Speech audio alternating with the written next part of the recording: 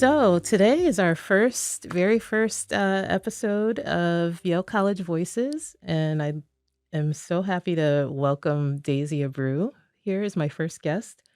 And so I'm going to tell you a little bit about Daisy, and then we'll just jump right in. So welcome, Daisy. So Daisy is an administrator, educator, editor, and writer. Born in Hoboken, New Jersey, from of Cuban descent, Cuban heritage. Uh, Daisy lived and worked in New Haven since 1994. From 2002 to 2014, she held several positions at the Town Green Special Services District, the business improvement district in downtown New Haven. She created and managed the calendar of local events and biweekly newsletter, which put her in contact with many schools, programs, and departments of Yale University. Also, while at the Town Green, she worked with several of Yale's presidential public service fellows, affording her the opportunity to get to know many Yale students. Among her many arts activities, Daisy has taught creative writing at the Schubert Theater and Arts Summer Camp and at Co-op Arts and Humanities High School. She also has held positions on the board of directors of the Arts Council of Greater New Haven and the Institute Library. A published author and editor, Daisy holds a BA in English from the University of Hartford and MFA in creative writing from Fairfield University. Go Stags. I'm an alumni as well. And Daisy is also a fellow in Saybrook College. Also, to tell you a little bit more about Daisy. So Daisy is an author, again, originally from New Jersey, and a poet of Cuban heritage. The literal and figurative proximity of her immediate family, along with the death of your father at a very young age, these have influenced Daisy greatly in her style of writing, occupational choice, and her love and passion that she incorporates into all of her work. Daisy derives her inspiration from people who excel and are successful at what they do. And other than writing, Daisy enjoys reading, watching black and white classic movies. I'd love to hear what your favorite movie is. Going to trivia night at the local pub and practicing yoga. So again, I just want to thank you, Daisy, so much for agreeing to do this with me today. Of course, as you know, this is a whole new podcast that we're doing to recognize our staff here at Yale College and get to know people and hear about special projects and, you know, your background, just all the things that make you special and make you a special part of Yale College. So thank you. Thank you, Darice, for having me. I'm excited to be the first. Yeah, this is awesome. So yes, I'd love to hear. And so Daisy and I are also both on the Yale College DEIB Advisory Committee. So I've gotten to know you. It's so funny because we've been at Yale College for, I don't know, I've been in Yale College for 12 years and I've been here for 8. For 8 years. So it's so funny that it took us this long to get to know each other. Yeah.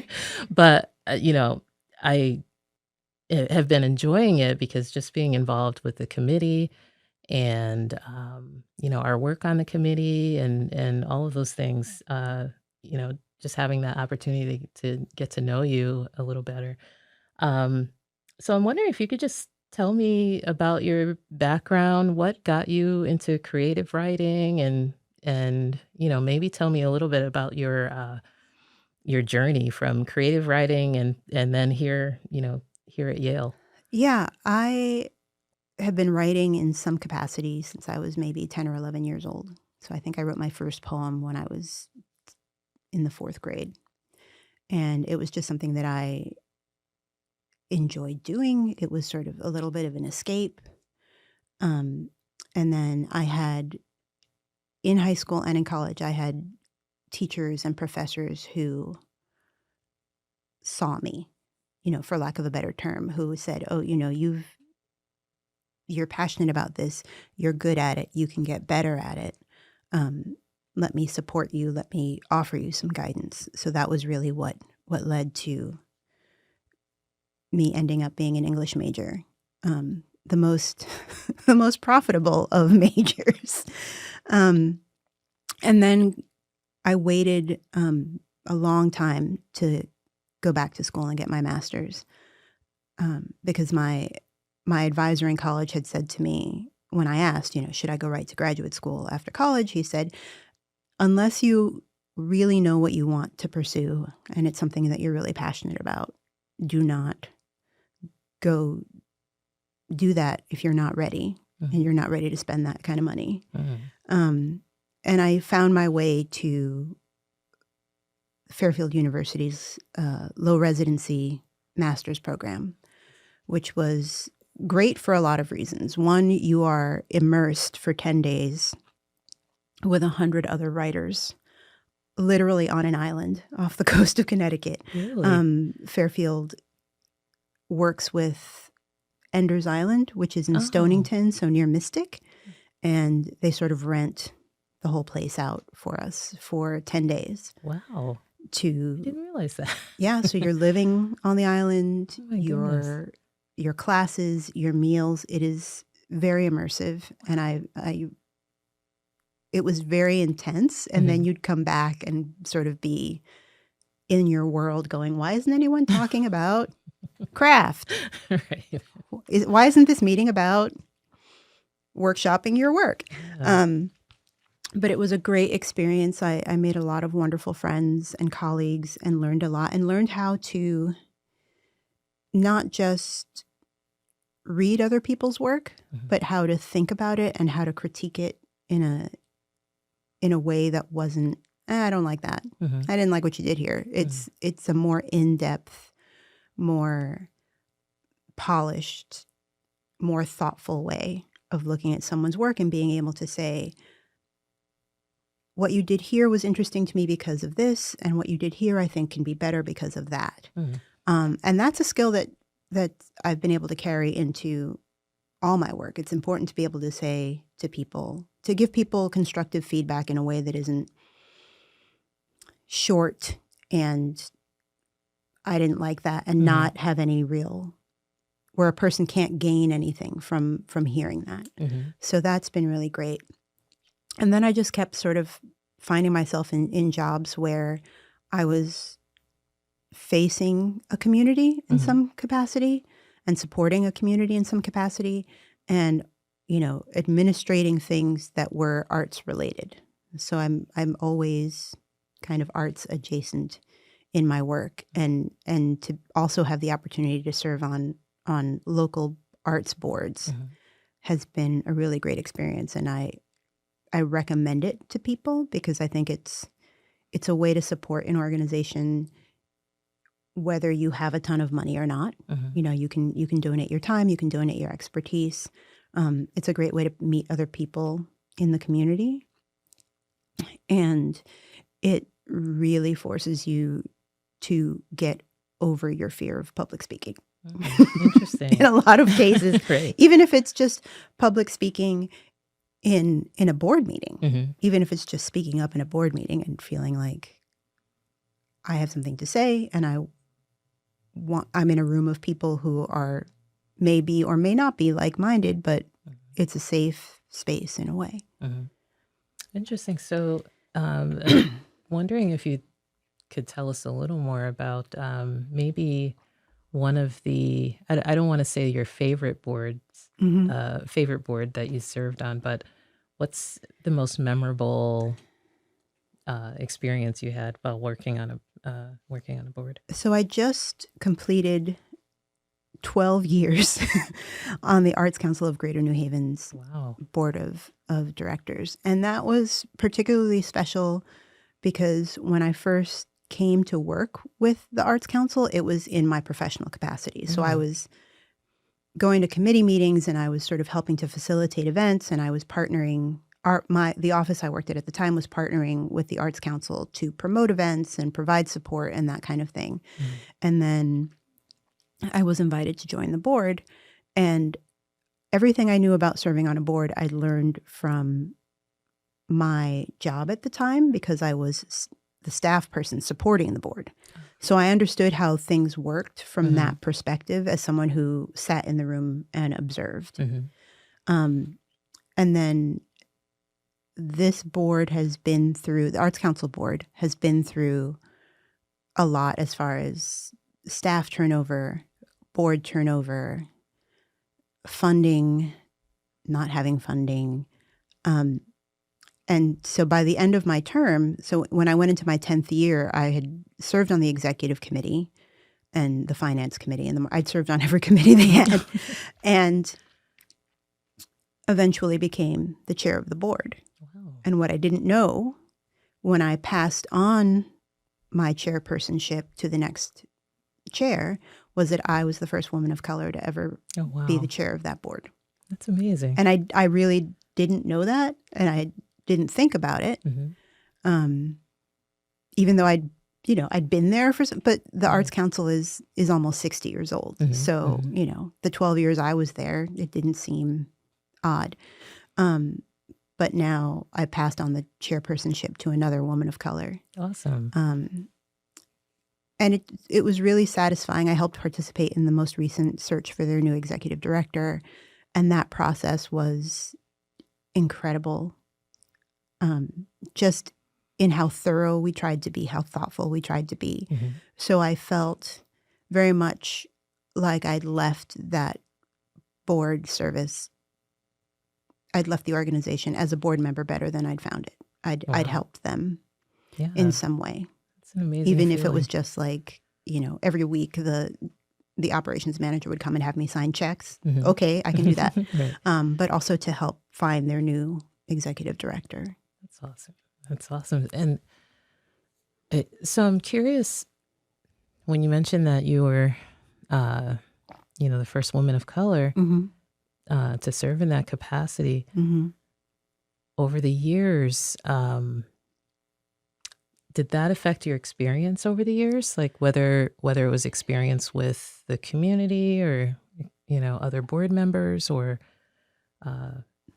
No, I remember when I was first asked about my interest in serving on the board as just a standard level board member.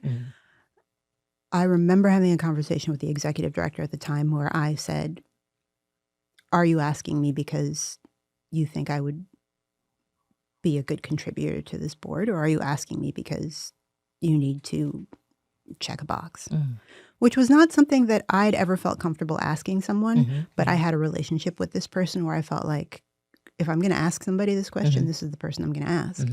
And they were very frank with me and said, "You've been a part of this organization in some capacity unofficially for a long time, and we just want you to be a part of it."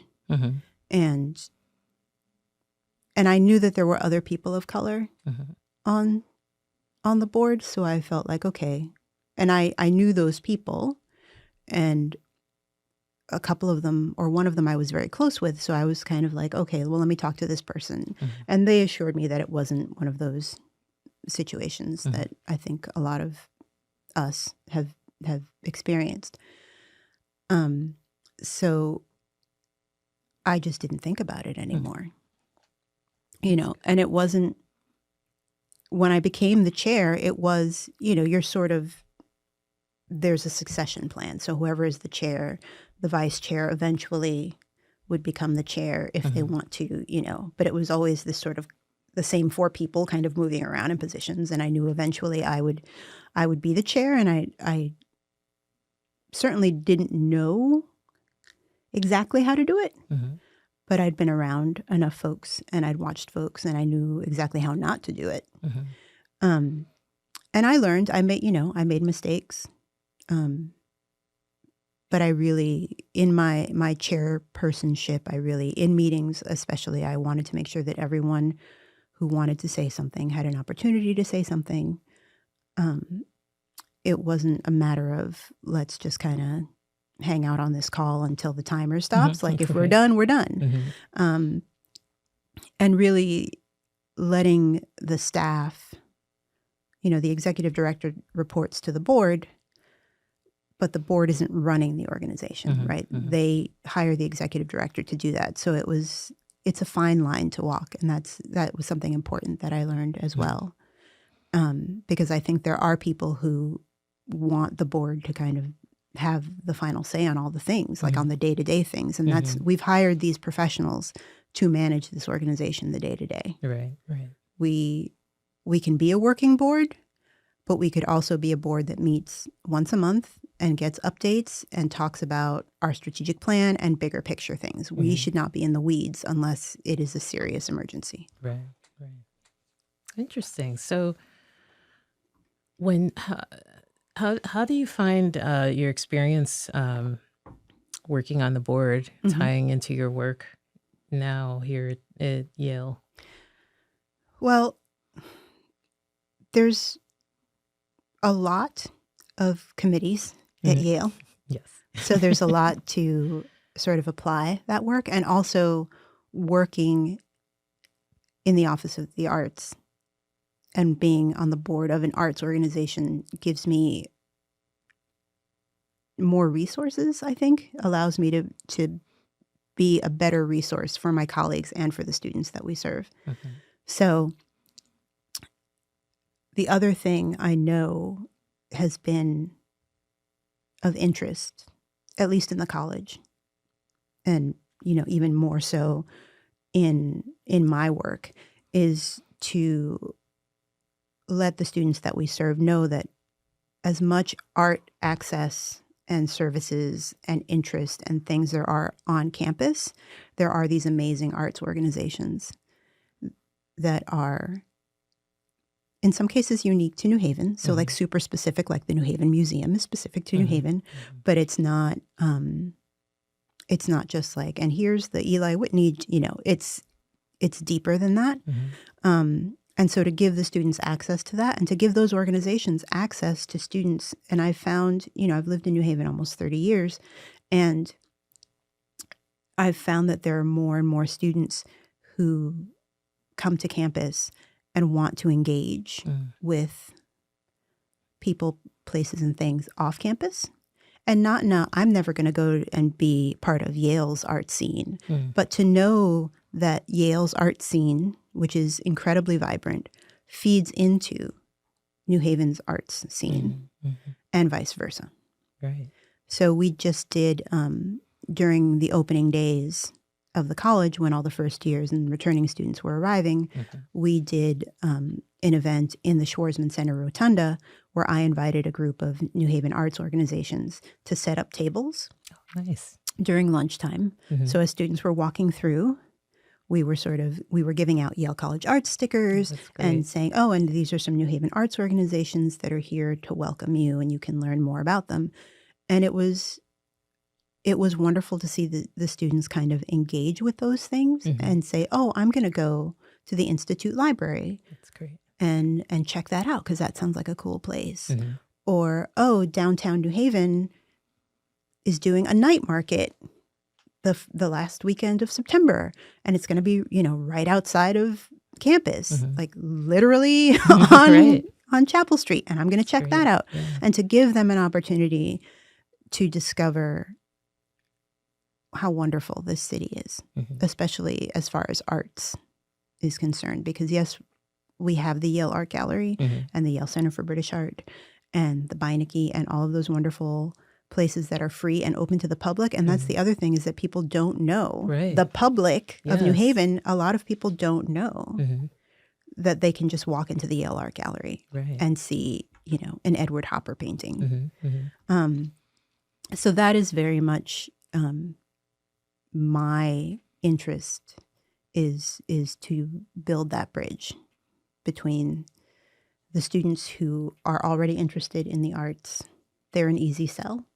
But also students who maybe are not as comfortable pursuing the arts in a traditional way, to know that they can, go to the New Haven Free Public Library and see a movie there, or rent a movie if they still do that, and and engage with the librarians there to do research on New Haven, and that librarian will refer them to the New Haven Museum, and maybe there's a book at the Institute Library, and maybe, they want to go to Firehouse 12 and listen to jazz and things like that. So that there is, and I know that they are all already very booked and very busy with everything I just said.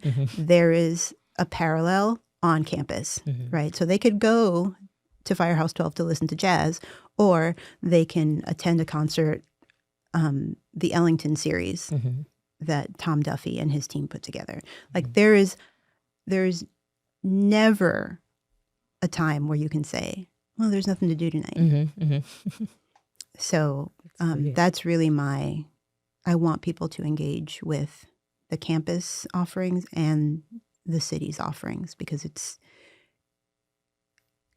not everywhere has this much. Yes, exactly. I agree.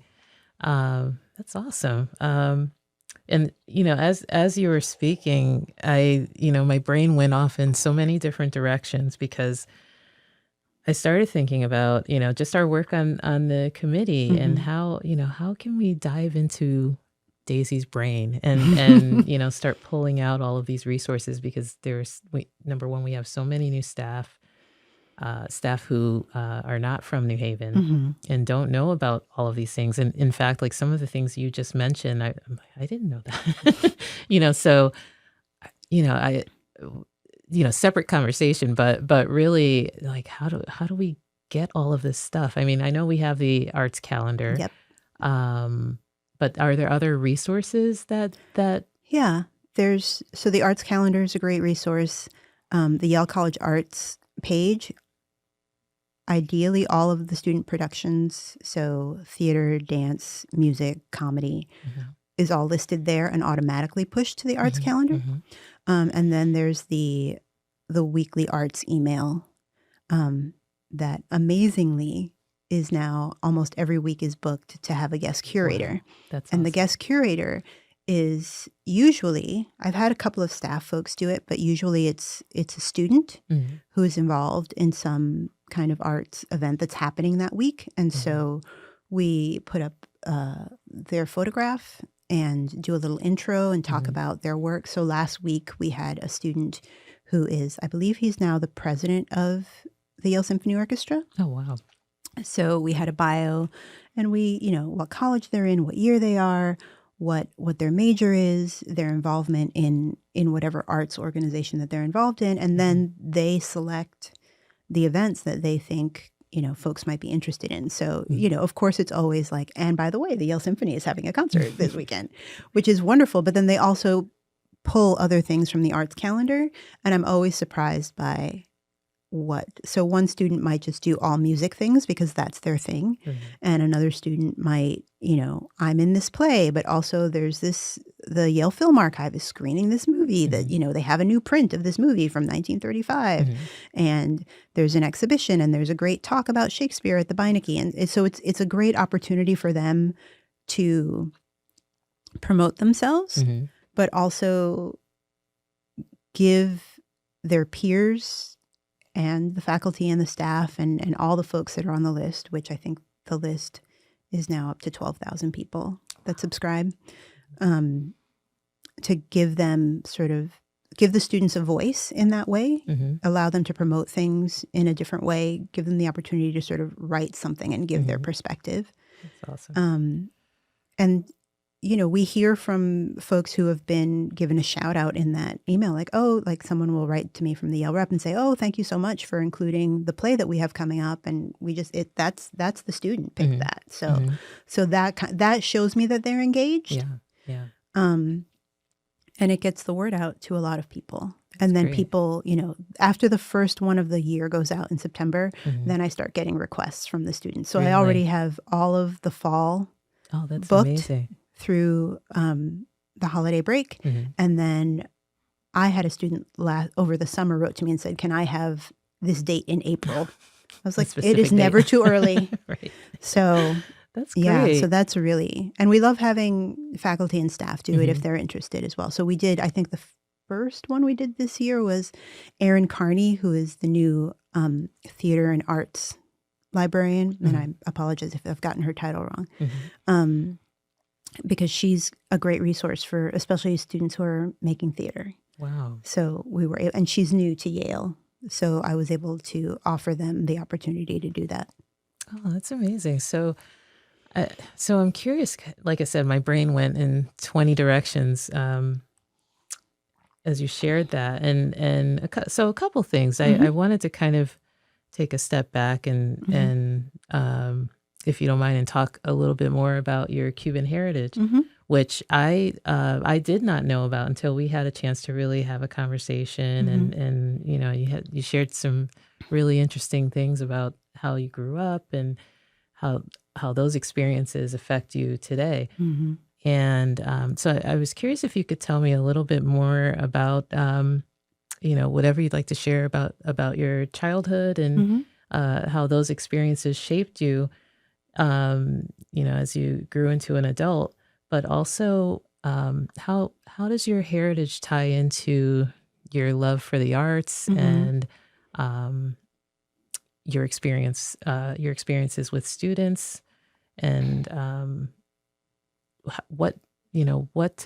how those experiences shape how you sort of mentor students and help them along the way. Yeah, that's a big question. It is a big question. I should have chopped it up a little bit. But so the quick is that my parents were both born in Cuba and married in the spring of 1958. And then the Cuban Revolution was, I believe, New Year's Eve into New Year's Day, 1959. So they were married in 58. The revolution happened. My brother was born that summer of 59. My sister was born the following fall of 1960. My father has a son from his first marriage. And so the revolution happened in 59, and it took my family 9 years to get out. And in that period, my father was considered an enemy of the state, for lack of a better term. So he was taken in he was sent to work camps. Wow. And depending on who you ask, I'm not sure how much time he spent there. Like that's part of the trauma, is that someone will say, oh no, he was only there for a couple of weeks. And like my siblings will be like, I'm pretty sure he was there for 6 months. So they left.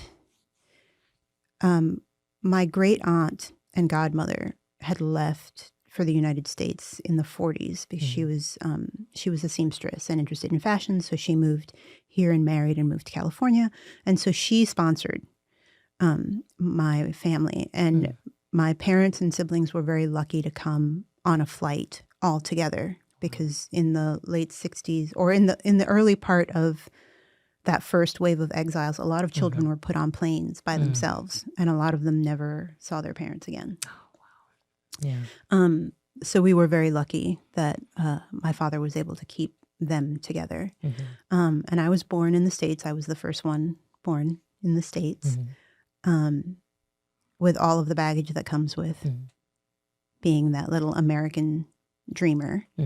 But we grew up, my family lived in California for a few months, and then my father came east and had a lot of friends from my mother's hometown who had actually settled in this part of New Jersey that is sometimes referred to as Havana on the Hudson, because it's the largest, at the time, in the 60s, 70s, and 80s, it was the largest concentration of Cuban exiles outside of Florida. Wow.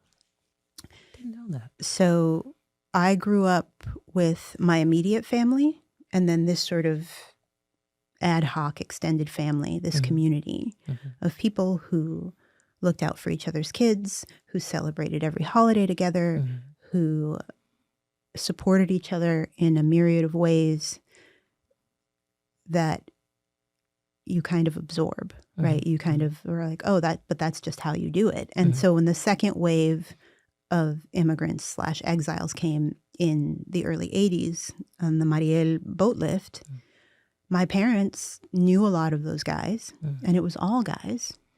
and took them in. So they would stay with us for a little bit, and then my father would help them find an apartment. So there was a group of them that all like shared an apartment and helped find them jobs.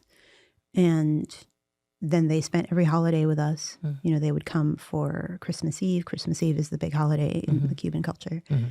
And, you know, we're at our birthday parties and we're just part of our lives for the remainder of their lives, because my mother was put down as next of kin on all of their paperwork. Really? So my mother had to bury a lot of guys. She was responsible for sort of taking care of. And a lot of them left their families.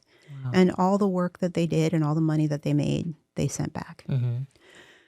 But what I learned from being around that and growing up in that environment was how to support other people and how to be for people that family and that support and that kind of intangible thing that people need sometimes just to get them through. So it was everything from sponsoring them to come here to having them at every holiday. And my parents are very generous people, not in the financial sense, but in like helping take care of people when they got sick. And, you know, my father would be like, oh, you know, don't worry about paying me for this work that I've done for you. Like, and then he'd come home with like lobsters or something. Like they would, you know, it was that like kind of, it was a barter. And I think that really hit home for me. Like I sort of knew it, but when at my father's wake, to see that many people, like standing room only, we only did, you know, my mother was like, we're having one, you know, the viewing and not just their friends. And, you know, my father was part of the Masons and different lodges, not just that, but, you know, my siblings' friends and, excuse me, the people that I worked with at the time and people I'd gone to high school with who remembered him fondly. That was sort of when we felt like, oh, you know, what a difference this person, you know, and still the people will still say, oh, your father was always, you know, so kind to me. And that is what I learned from growing up in that way. And I think that there are ways to support people, and especially the students. And I get emotional when I think about, excuse me, I get emotional when I think about the students who are first gen, low income, because I was that kid. And so to be for them, if they want it, if they need it, to be that person to say, I totally get it. I totally understand what a different planet this place is. And how important it is to have somebody who says, who isn't like their family member, but to say, I get it and I see you and I understand this specific difficulty that you're having. Because I didn't have that. You know, I didn't go to Yale. I went to the University of Hartford, as you said, and I didn't have an affinity group. I didn't have other students who were of my background. If they were there, I couldn't find them. But the people that became my closest friends are all artists. So I found my people at the art school. And I wasn't in the art school, but I found my people in the art school. That's awesome. But that's really how my childhood and my growing up affects that. And, you know, my parents were big readers. My sister's a big reader. My brothers were musicians. So my brother played in a band when he was in high school. The band was called Salsa 76. Oh, nice. My father sang Really? in Cuba. He was a singer.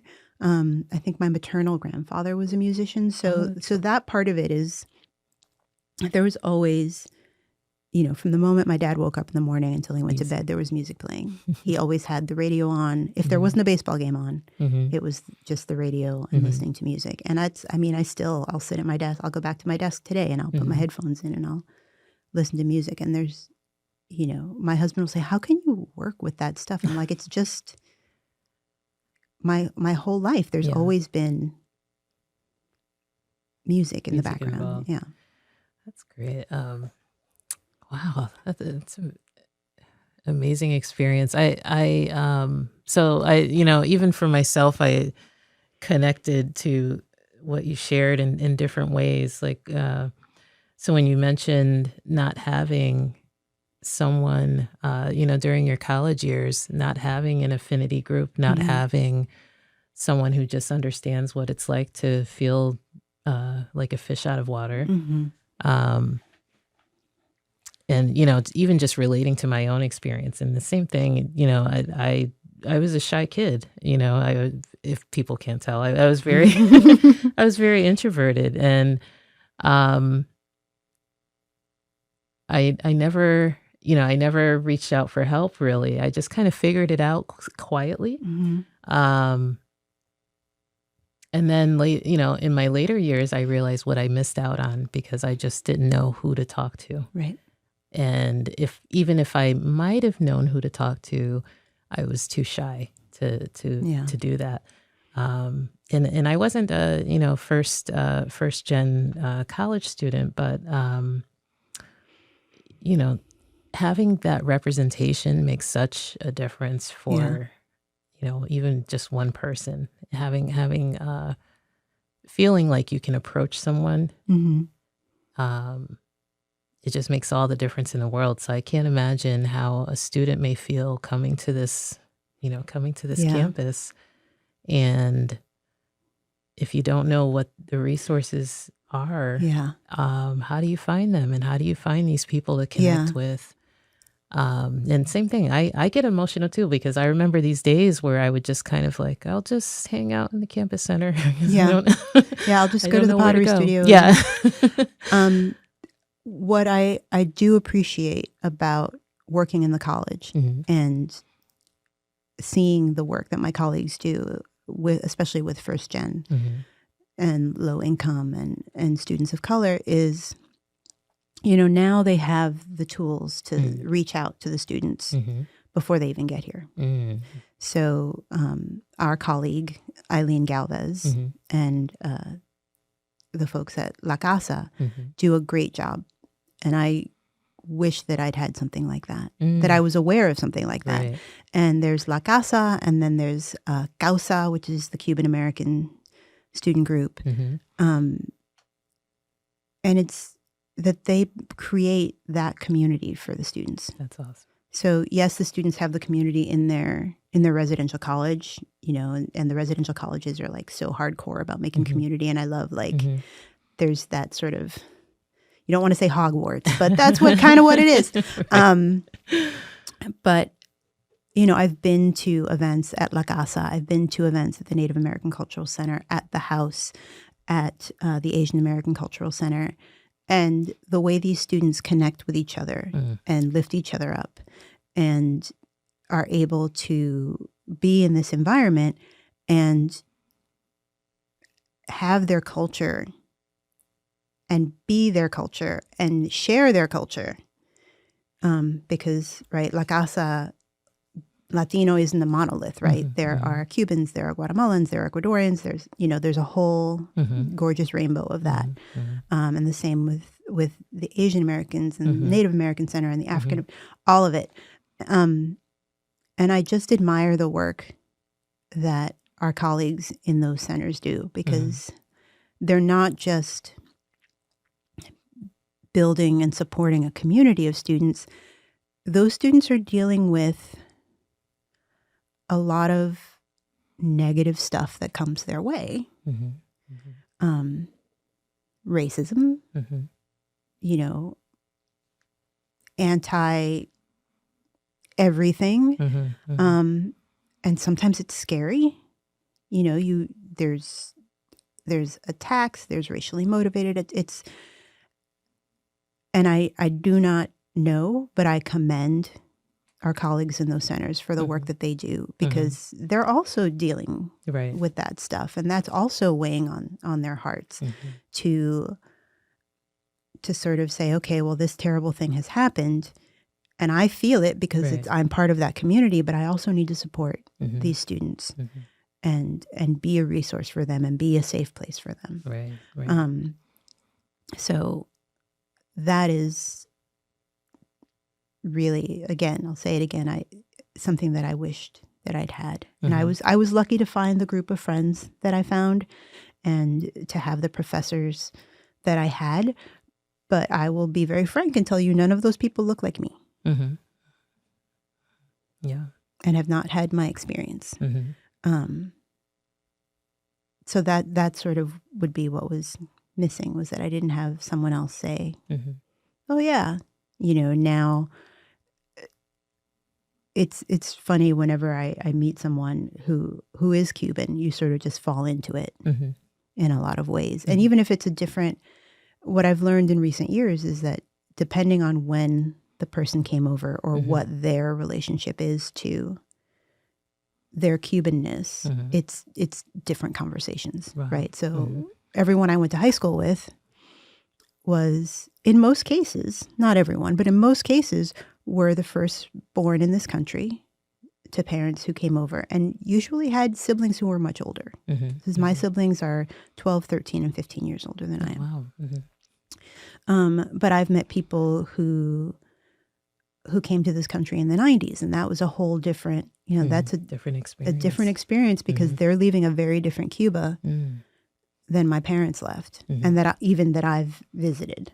So, wow. So that was a good ramble. Yeah, that was great. And again, it's like, my brain goes in so many different directions. Just imagining, again, the student experience. And so I'm curious, have many students connected with you, whether it's because of your Cuban heritage or just in general with your arts experiences? I found that one of the things that I'm doing now as part of my work is, so every fall and spring there's the Creative and Performing Arts Awards, also known as the CPAs.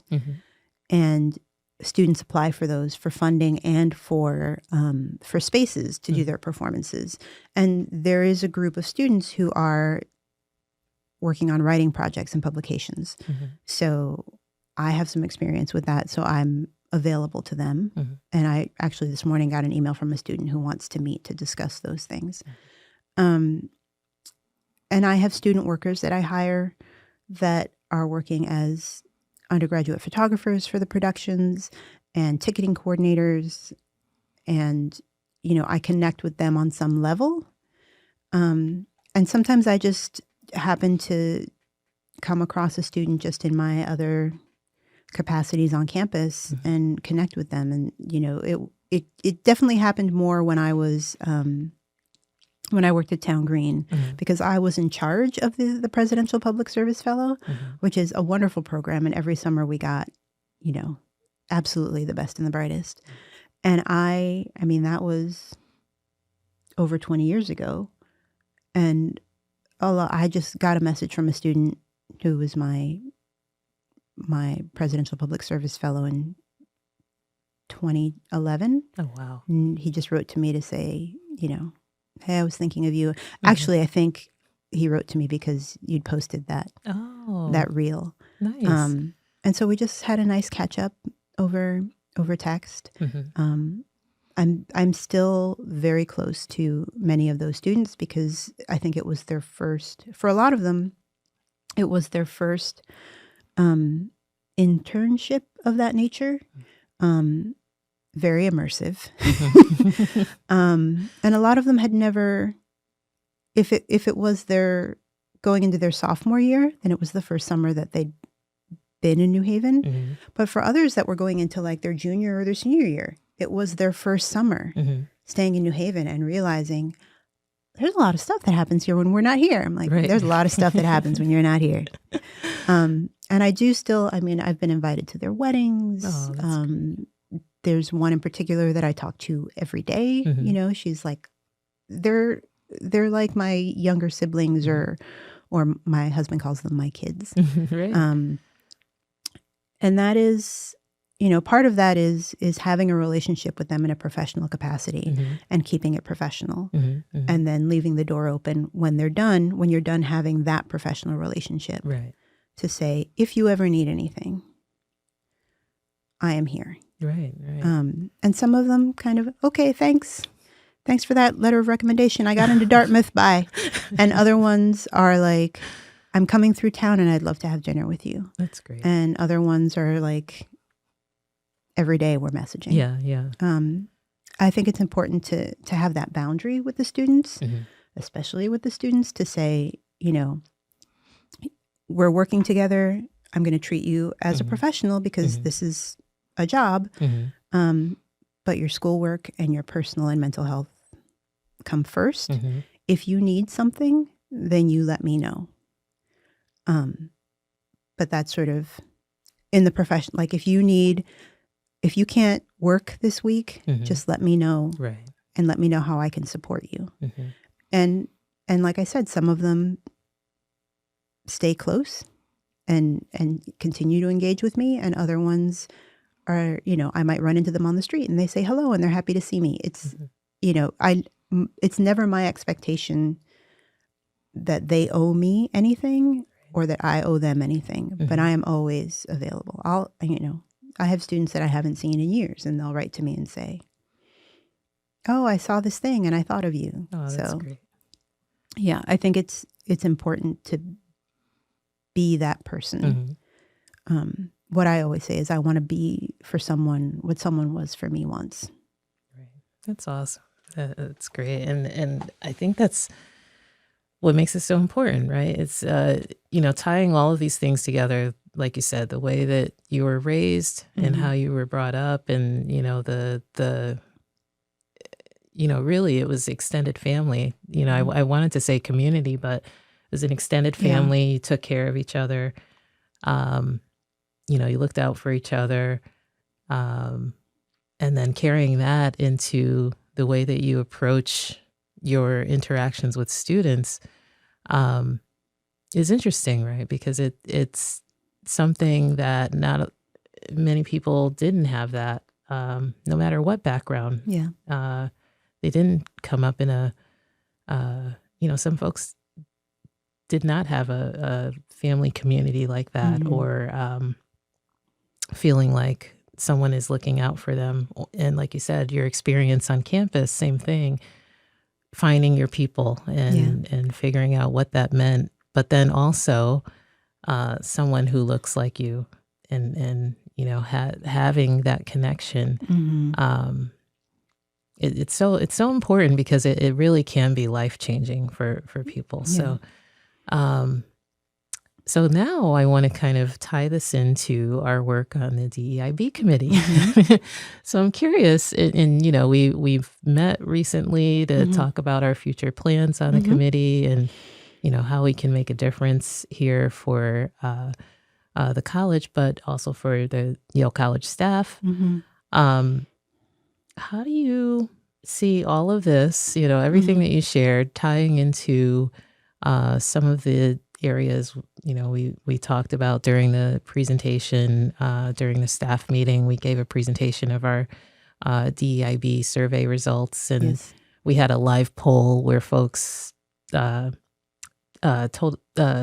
rated some of the areas that they would like to see the committee work on for the next year. So I was curious, how do you see all of these things tying into what are we going to do this year? Right. Like how we'll accomplish it? Yeah, it is exciting and it is daunting, because we want to do everything.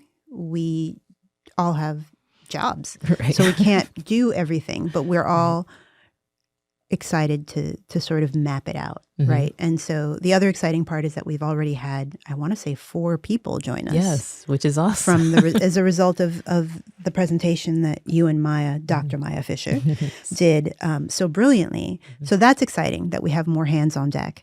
I think it's exciting that people felt seen, that we shared that information and they were like, oh, we have the information.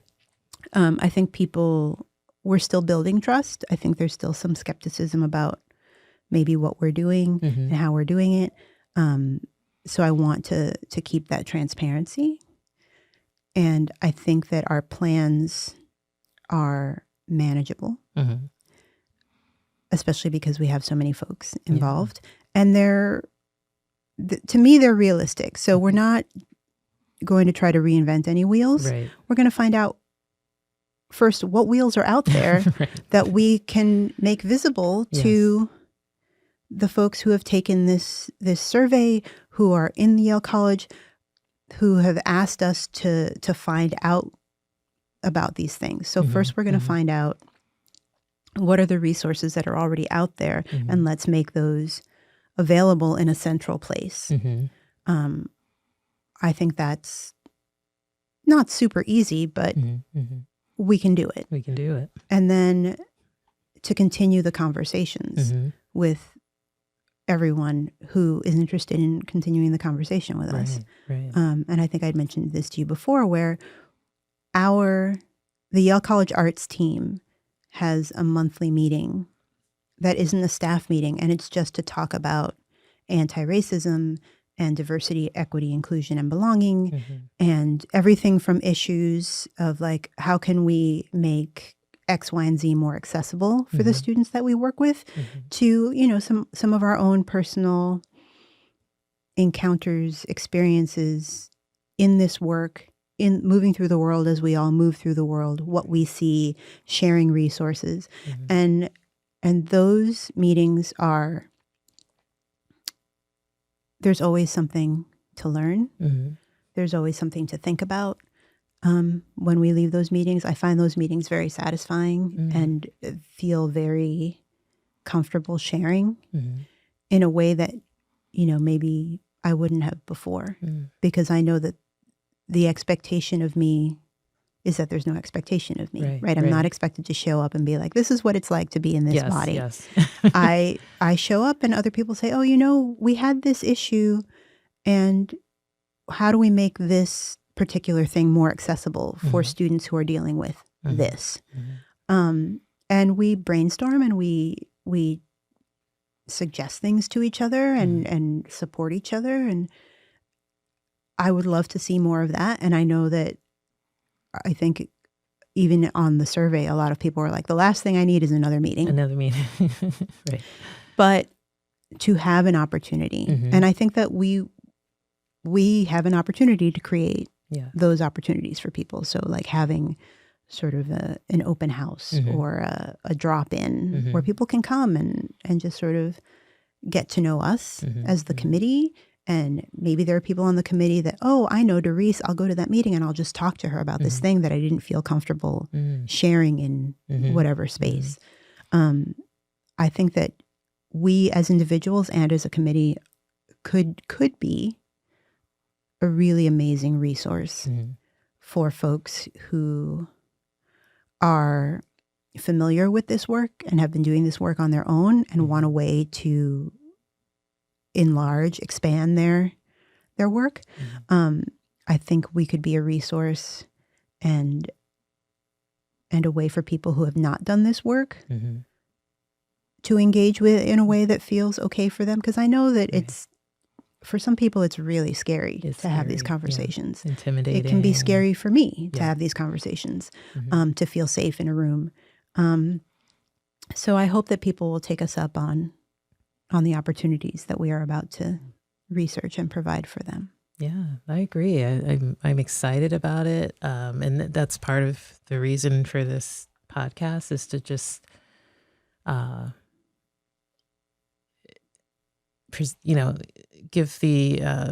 let people know that we want to talk to other people. We want to, welcome the questions. We welcome just the fact that you're asking questions means that some part of it, something must have clicked. Yeah, something resonated. And, I welcome that. I welcome the discussion. Even if you feel unsure, I think some folks may feel just uncomfortable to broach the subject. Yeah. And I think the more that we talk about it, the more that we present at staff meetings, the more that we can invite folks to come to our committee meetings. I'm excited to see more participation and hear other perspectives, ideas, things I haven't thought of, or that we haven't thought of in terms of our approach, or I feel like it's an exciting time, and then it's like, okay, what do I do with it now? You know, and we certainly have not and will not claim to have all of the answers. Exactly. But we are a space and a group where you can come and ask the questions, and we can work together to help find the answers, if there are answers. Exactly. And implement things if we can with what we have. With what we have, yeah. Which it's like, I know it's there, just like you mentioned all of these different resources in the arts community. Just the same thing with what we're trying to accomplish with our efforts. It's there. It's just finding all of these resources, and I'm sure there are tons of things out there that we didn't even know existed, or programs that are going on that we didn't know about. And I'm just looking forward to spreading the word more with a lot of folks, because like I said, I think our staff, we have the highest number of Yale College staff than we've ever had in the last, at least since I've been here, and I've been in the dean's office for 12 years. So it's an exciting time because there are so many people, so many new people.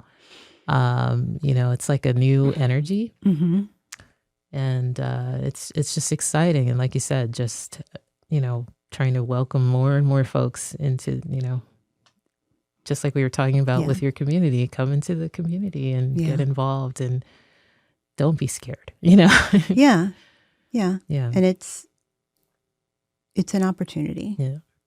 And it's a great opportunity, and I'm excited for the work that we've already done, and that we're able to continue it. I don't think it's certainly not a one and done, right? Like there's a lot to explore. There's a lot to find out. There's a lot of people to talk to. Right. Yeah, it's a lot to do. So if you have questions, yes, please email join. Yes. DEIB.ycdo Got it.